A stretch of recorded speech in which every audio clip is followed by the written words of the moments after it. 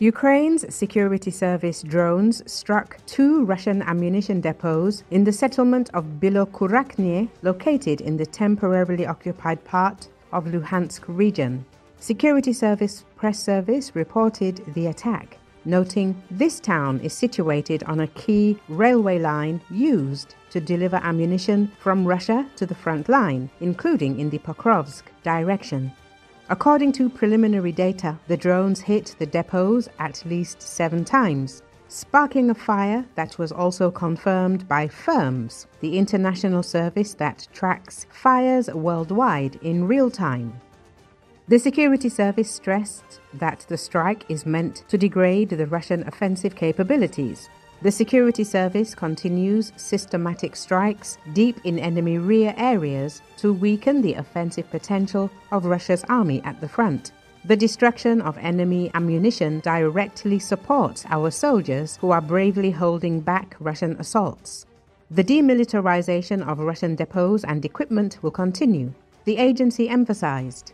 Recall drone operators from the Phoenix unit of the State Border Guard Service have destroyed a Russian UAV control center, a checkpoint, an artillery piece, and a tank in the Luhansk region. The State Border Guard Service confirmed the strike. In addition, Ukrainian forces targeted and damaged Russian armored vehicles, trucks, UAZ vehicles, and specialized equipment.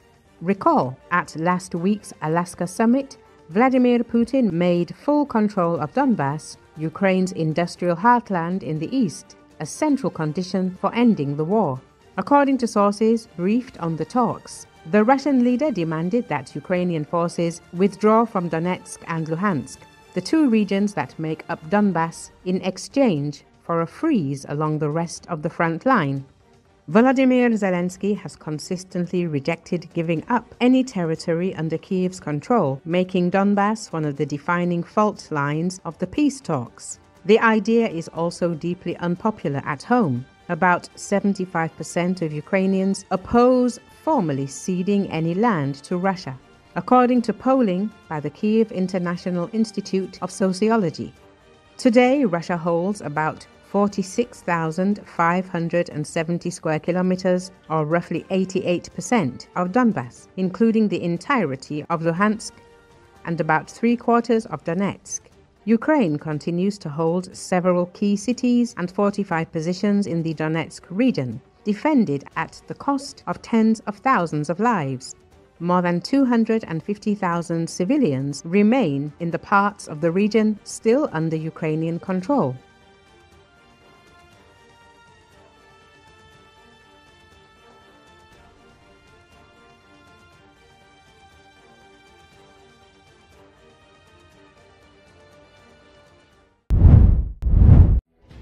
Israeli Defense Minister Israel Katz approved the IDF takeover of Gaza City plan on Wednesday, naming the operation Gideon's Chariots II.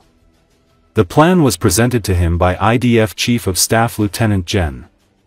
Eyal Zamir and the military's senior command team. Deputy Chief of Staff Major Gen. Tamir Yadai, the head of the Military Intelligence Directorate, the head of the Military Operations Directorate, the head of Coordination of Government Activities in the Territories, Shin Bet representatives, and other senior officials in the security establishment also attended the meeting. Under the new plan, up to 60,000 reservists will be mobilized in addition to the 20,000 already deployed alongside conscript soldiers inside the territory.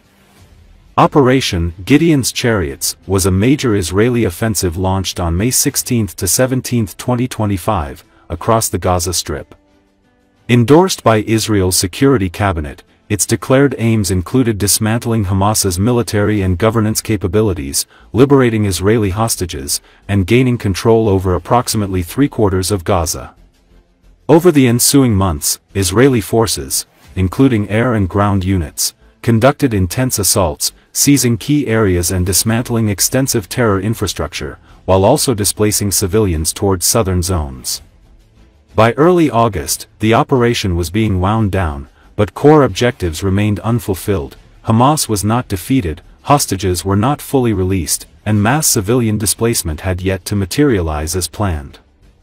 This latest military operation will see the IDF try to move the entire population in Gaza City to the south of the Strip before commencing with any assault. This is said to be around 740,000 residents.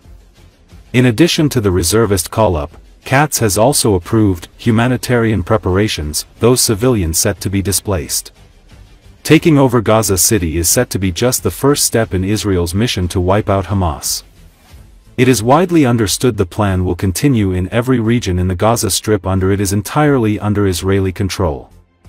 Israel is likely to end up having to mobilize more than 400,000 troops for the entire operation.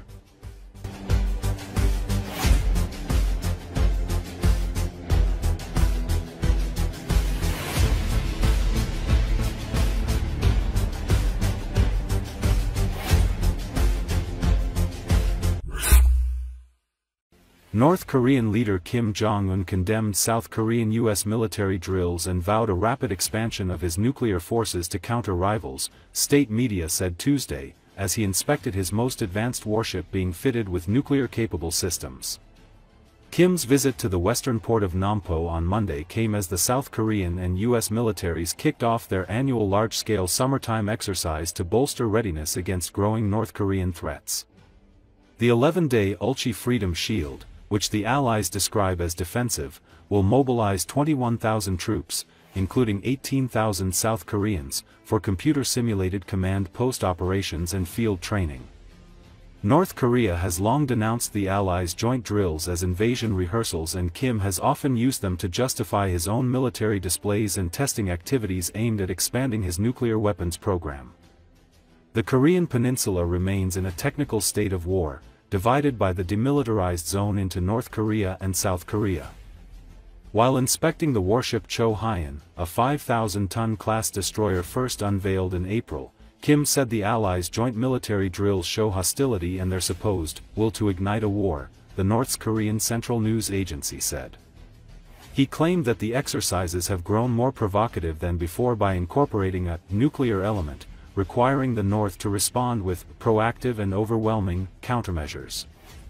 The security environment around the DPRK is getting more serious day by day, and the prevailing situation requires us to make a radical and swift change in the existing military theory and practice and rapid expansion of nuclearization, KCNA paraphrased Kim as saying, using the initials of North Korea's formal name, the Democratic People's Republic of Korea. The government of South Korea's new Liberal President Lee Jae-myung, who has expressed a willingness to repair ties and resume dialogue with the North, did not immediately respond to Kim's comments. South Korea's defense ministry said it had no immediate new assessments to share regarding the North Korean warship's capabilities. Kim has hailed the development of his naval destroyer, Cho Hyun, as a significant advancement toward his goal of expanding the operational range and preemptive strike capabilities of his nuclear-armed military. State media said the destroyer, which is being prepared to enter active duty next year, is designed to handle various weapon systems, including anti-air and anti-naval weapons, as well as nuclear-capable ballistic and cruise missiles. The North unveiled a second destroyer of the same class in May, but the vessel was damaged during a botched launching ceremony at the northeastern port of Chongjin, prompting an angry reaction from Kim, who called the failure criminal. The North has said the new destroyer, named Kong Khan, was relaunched in June after repair, but some outside experts have questioned whether the ship is fully operational.